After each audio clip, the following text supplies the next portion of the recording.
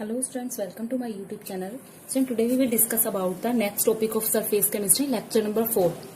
Before starting video, please like and subscribe my channel. तो student आज हम lecture number 4 में जो हमारा टॉपिक है आज का वो टॉपिक रहेगा फ्रेंडलिच आइसोथर्म। तो हमारा टॉपिक क्या रहेगा स्टूडेंट्स, फ्रेंडलिच एड्सॉर्प्शन आइसोथर्म, जो कि इफेक्ट ऑफ प्रेशर भी है। ठीक है, इफेक्ट ऑफ प्रेशर जिसको हम बोलते हैं, जो हमने अभी पीछे इफेक्ट पढ़े थे कि कौन कौन से फैक्टर्स, तो हमने जो आपके फैक्टर्स इफेक्ट करे थे उसके अंदर सारी की सारी टर्म्स पढ़े थे कि इफेक्ट टेम्परेचर का कैसा होता है। तो उसमें मैंने आपको बोला था कि इफेक्ट ऑफ प्रेशर के लिए हम ब्रीफली पढ़ेंगे। तो ब्रीफली पढ़ने के लिए हम इसके लिए हम जो अंडरस्टैंड करेंगे वो है फ्रेंडलिच एड्सॉर्प्शन आइसोथर्म। ठीक है, एक्चुअल में एड्सॉर्प्शन आइसोथर्म क्या होता है, एक ग्राफ प्लॉट करना। ठीक है, एक ग्राफ प्लॉट करना। ठीक है, किस किस के बीच में, प्रेशर के बीच में और एक्स बाय एम के बीच में। ठीक है, अब ये एक्स बाय एम क्या है उसके बारे में हम स्टडी करेंगे।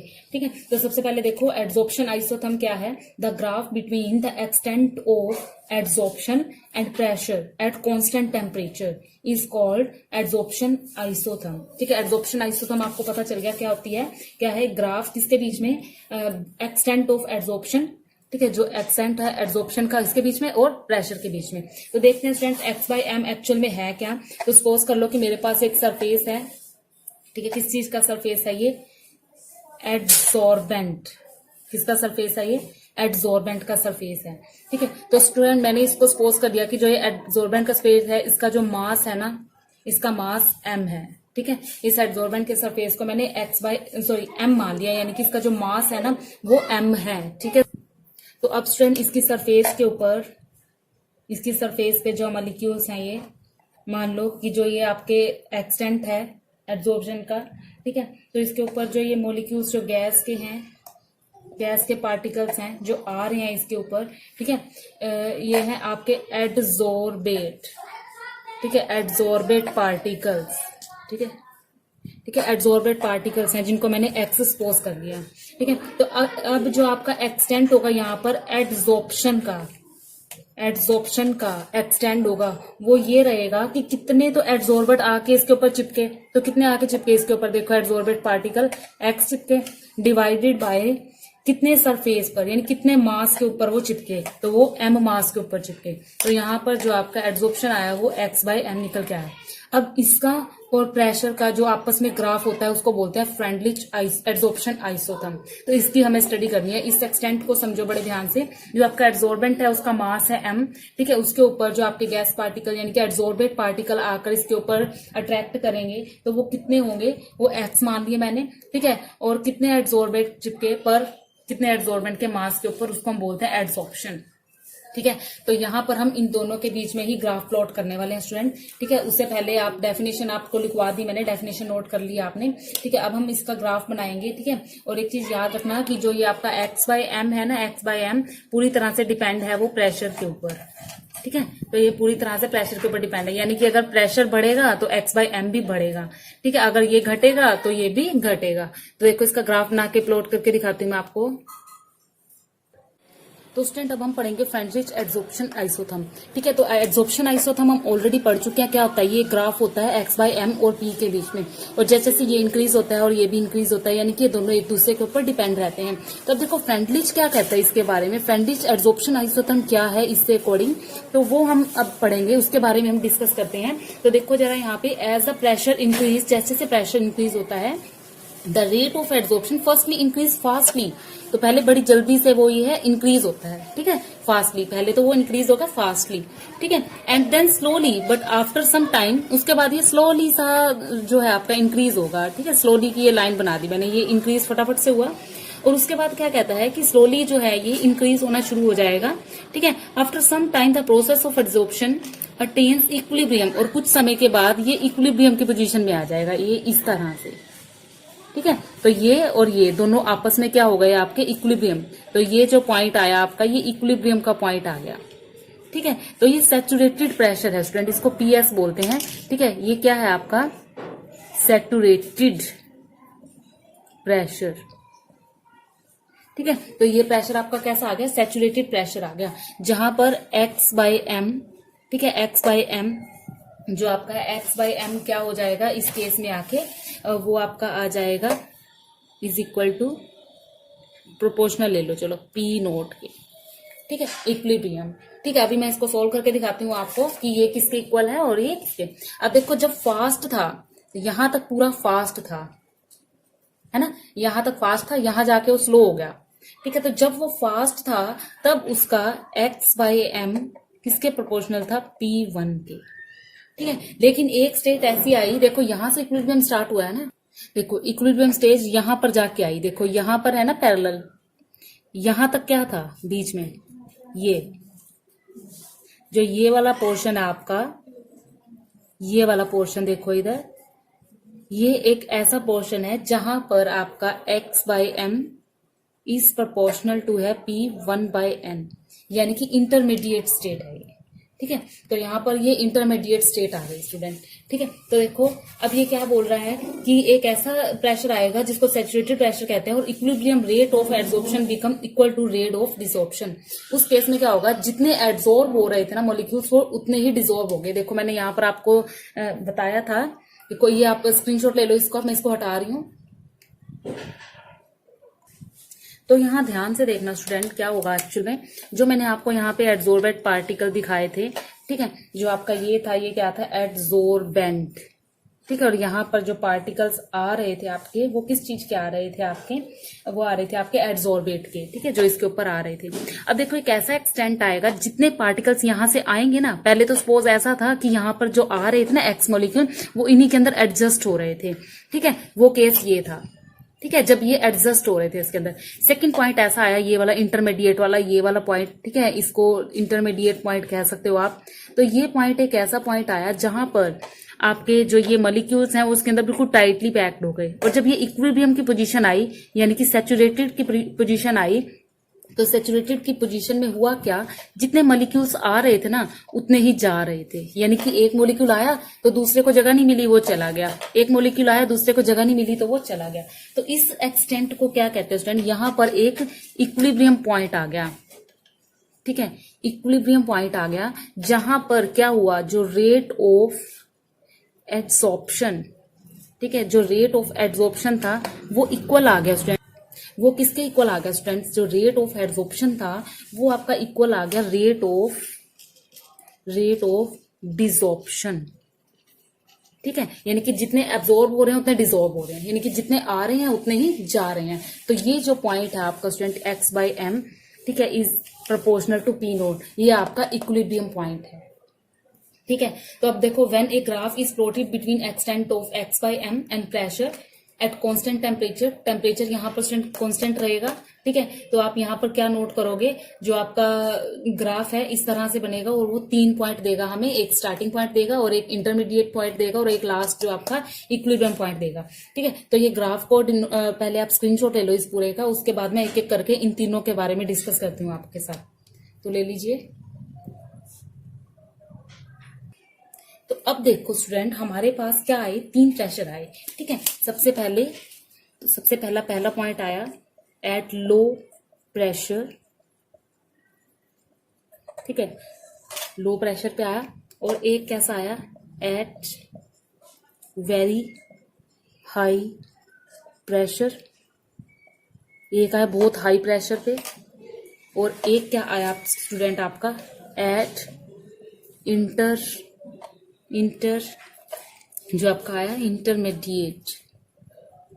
ठीक है, इंटरमीडिएट आया, तो 3 आए, एक तो लो प्रेशर आया और एक कैसा आया हाई प्रेशर और एक कैसा आया आपका इंटरमीडिएट। ठीक है, तो ये इंटरमीडिएट आ गया आपका। अब हम बात करेंगे लो प्रेशर की। ठीक है, जब प्रेशर आपका लो था, यानी कि जब आपकी ये स्टार्ट ही हुई थी, ग्राफ बनना भी स्टार्ट ही हुआ था, यानी कि ये वाला पोर्शन। ठीक है, उसके बाद ये वाला पोर्शन, ये वाला, ठीक है, और उसके बाद ये वाला, 3 पोर्शन है हमारे। ठीक है, तो उसके बाद तो देखो स्टूडेंट जब लो आपका प्रेशर होगा, यानी कि पहला पॉइंट क्या था, x by m is proportional to P1। ठीक है, यानी कि इस पॉइंट की बात कर रहे हैं हम। ठीक है, यहाँ पर x बाई एम क्या था आपका, P1 था। ठीक है, ये क्या शो करता है, लिख लो, this shows as pressure increase rate of adsorption increase. ठीक है, ये तो यही शो कर रहा था, जब ये इंक्रीज होगा तो ये भी इंक्रीज होगा, तो ये इसका शोन है। ठीक है, और इसको हमने शो किया था अभी ग्राफ में डॉटेड लाइन के साथ। ठीक है, डॉटेड लाइन के साथ हमने इनको शो कर रखा था। तो देखो डॉटेड लाइन से जो शो है आपका, तो वो आपका क्या आ गया, आपका पहला पॉइंट ये वाला। ठीक है, और अगर सपोज कि मैं यहां से आपका कह देती हूँ एक्स बाई एम, ये आपका प्रोपोर्शनलिटी साइन हटा के कोई कांस्टेंट के आ जाता है, तो ये आपका आएगा के पी वन। तो ये लो प्रेशर की बात है। ठीक है, अब बात करते हैं हाई प्रेशर की, यानी कि जब इक्विलिब्रियम पॉइंट आ गया था, यानी कि x by m is proportional to P naught का जो पॉइंट आ गया था आपका। ठीक है, तो x by m is equal to P naught, तो या फिर मैं इसको ऐसे लिख सकती हूँ। तो ये जो मेरा है बहुत हाई एक्सटेंट था जब इक्विलिब्रियम अटेन हुआ था। ठीक है, ये इक्विलिब्रियम था। ठीक है, यहाँ पे इक्विलिब्रियम अटेन हुआ था। ठीक है, और यहाँ पर क्या हुआ, जो एब्सॉर्प्शन हुआ वो कांस्टेंट हो गया।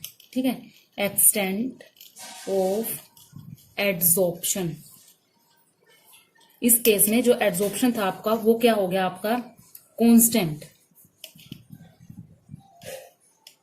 ठीक है, तो देखो यहाँ पे जाके वो कांस्टेंट ही तो हो गया था। ठीक है, तो ये आपका सेकंड आ गया एट वेरी हाई प्रेशर। ठीक है, प्रेशर जब बहुत ज्यादा हाई हो गया। ठीक है, तो लास्ट पॉइंट स्टूडेंट आता है आपका इंटरमीडिएट, यानी कि ये बीच वाला, मिडल वाला। ठीक है, तो इंटरमीडिएट के केस में क्या होगा, जो आपका एक्स बाई एम होगा, ठीक है, जो आपका एक्स बाई एम होगा वो प्रोपोर्शनल होगा पी वन बाई एन। अब यहाँ पे ये क्या शो करता है, x by m is equal to k P one by n. ठीक है, ऐसे लिख सकती हूँ मैं इसको। अब ये क्या शो करता है स्टूडेंट, ये शो करता है हमारा, तो ये इंटरमीडिएट पॉइंट स्टूडेंट आपका तब होगा जब आपका m जो है कोई भी एक नंबर हो सकता है, जैसे 0 से 1 बाई एन, यानी कि इन दोनों के बीच में जो ये लाइज करता है, तो ये पॉइंट है, ये इंटरमीडिएट पॉइंट। यहाँ पर क्या होगा, ये पूरी तरह से डिपेंड किसके ऊपर करेगा, ये पूरी तरह से डिपेंड करेगा नेचर के ऊपर, नेचर ऑफ एब्जॉर्बेट, ठीक है, और एब्जॉर्बेंट। ठीक है, एब्जॉर्बेट और एब्जॉर्बेंट। ठीक है, तो ये तीनों के तीनों जो हमारे पास है ग्राफ के पॉइंट आ गया। लो प्रेशर पे क्या होगा, जो आपके दोनों हैं एक दूसरे के ऊपर डिपेंड करेंगे, अगर ये इंक्रीज हो रहा है तो ये भी इंक्रीज होगा, ये डिक्रीज हो रहा है तो वो भी। तो नेक्स्ट जो आपका हाई प्रेशर आया वहां पर इक्विलिब्रियम अटेन हो गया हमारा। ठीक है, ग्राफ क्या हो गया, पैरेलल हो गया। लेकिन बीच का जो स्टेज आया वो इंटरमीडिएट स्टेज है, ये दोनों के बीच में है। ठीक है, तो अब देखो स्टूडेंट यहाँ पर एक्चुअल में होगा क्या, आपका एड्सॉर्प्शन जो आइसोथर्म बना वहां पर टेम्परेचर तो आपका कांस्टेंट था ही। तो स्टूडेंट अगर हम अब इन तीनों का अलग अलग ग्राफ भी देखें तो ग्राफ कुछ इस तरह से आएगा। ये वाली देखो यहाँ पर x by m is equal to k P one है ना, तो अगर हम इसको कंपेयर करें तो y is equal to m x के इक्वल जो ये है कंपैरिजन हो रहा है। तो इसका ग्राफ किस तरह से होता है ये आपको सबको पता है कि इसका ग्राफ इस तरह से बनता है, इस वाली कर्व का, y is equal to m x वाली कर्व का। ठीक है, तो ये x बाई एम हो गया आपका, और यहाँ पर ये प्रेशर दे रखा था मैंने p, तो ये ग्राफ इस तरह से बनेगा। ठीक है, अगर हम इसकी बात करते हैं तो यहाँ पर जो ये आपकी इक्वेशन है, ठीक है, तो यहाँ पर x बाई एम जो है पी नोट है, देखो देखो ये वाला जो है ना पी नोट, और किसी भी नंबर की पावर नोट पी नोट है, जैसे या किसी भी नंबर की पावर 0 इज इक्वल टू क्या होती है 1, यानी कि यहाँ पर क्या बात निकल के आती है, x by m is equal to k, यानी कि कांस्टेंट है। देखो ये कांस्टेंट हो गया, तो इसके लिए जो आपका ग्राफ बनेगा वो कांस्टेंट टर्म का इस तरह से बनता है। ठीक है, पढ़ा हुआ है आपने पहले भी। तो यही कारण है कि जो आपका ये ग्राफ है कुछ इस तरह से बनके, जब ये वाली कर्व आई ना इक्विलिब्रियम की, तब आपका जाके ये वाला पॉइंट आया। ठीक है, तो ये इन दोनों का ग्राफ हो गया कांस्टेंट टर्म का। अगर बात करते हैं इसकी इंटरमीडिएट वाले की, तो इंटरमीडिएट में ये कहाँ से लाइज कर रहा है, 0 1 बाई एन और 1, इसके बीच में जो है लाई करता है। ठीक है, it will depend upon the power of pressure. ठीक है, जो यहाँ पर लाइज कर रहा है जो। ठीक है, तो ये क्या होगा, जो आपका एन होगा ना, एन जो एक इंटीजर होगा। ठीक है, अब इसकी डिपेंडेशन देख लेते हैं, पहले इसका स्क्रीनशॉट ले लो।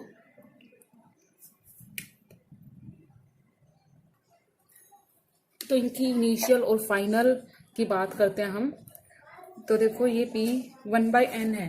ठीक है, यदि हम बात करते हैं इसका लो प्रेशर करते हैं, ठीक है, इक्विलिब्रियम से कंपेयर करें, तो यहाँ पर जो आपका n है, n को हम 1 पुट कर देते हैं, तो उस केस में आपका जो x बाई एम आएगा, ठीक है, वो किसके इक्वल आएगा, k p की पावर 1।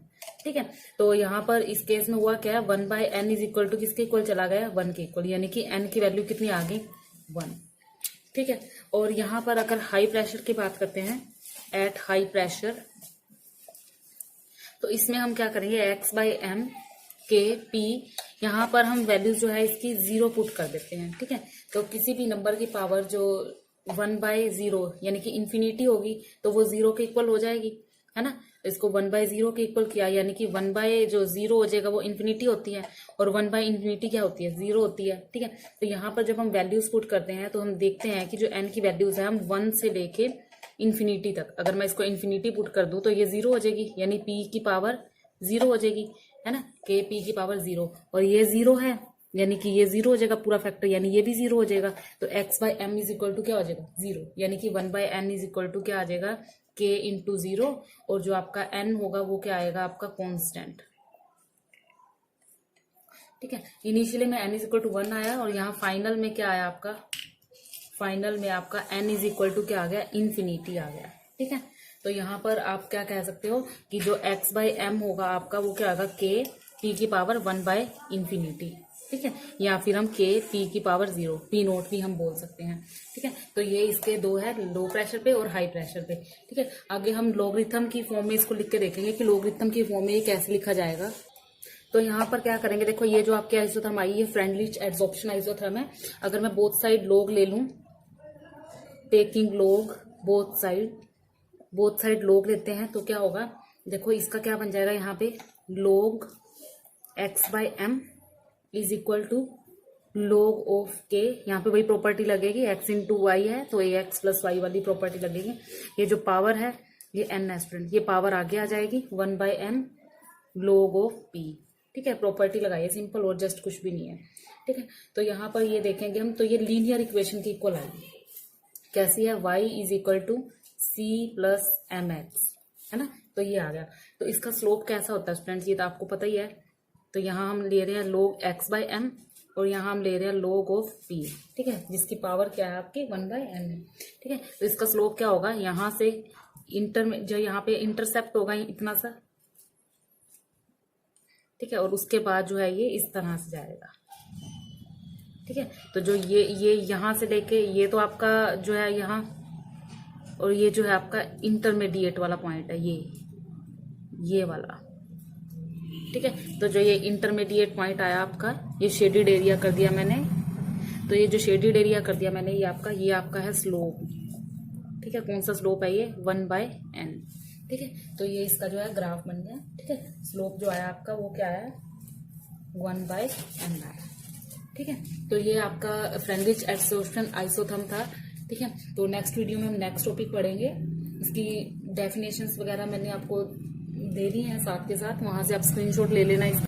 तो एक मैं आपको फ्रेंडलिच इनकी एप्लीकेशंस भी बता देती हूँ कि एप्लीकेशंस क्या है इसकी। तो देखो ये एप्लीकेबल किसके लिए है, it is applicable only for this equation hold good for limited range of pressure, जिनकी जो लिमिटेड रेंज ऑफ प्रेशर है वहां पर होगी। जैसे मान लो कोई आपका फ्रिक्शनल पावर ऑफ प्रेशर है, वहां पर इसका यूज हो सकता है। या फिर the Freundlich adsorption isotherm fails at high pressure, अगर इसकी हाई प्रेशर की बात करते हैं, प्रेशर को हाई कर देंगे तो वहां फेल हो जाएगा, क्योंकि इन्फिनिटी के इक्वल आ गया था ना। बिकॉज आफ्टर सिचुएशन जो सैचुरेटेड जो आपका प्रेशर होगा उसमें क्या होगा, इक्विलिब्रियम टेक प्लेस होगा, ठीक है, at the rate of adsorption become constant, और वहां पर जो एडसॉर्प्शन का रेट होगा वो क्या हो जाएगा, कांस्टेंट हो जाएगा। तो इसकी जो एप्लीकेशंस हैं वो आप देख लो। तो नेक्स्ट वीडियो में हम नेक्स्ट टॉपिक करेंगे। Thank you.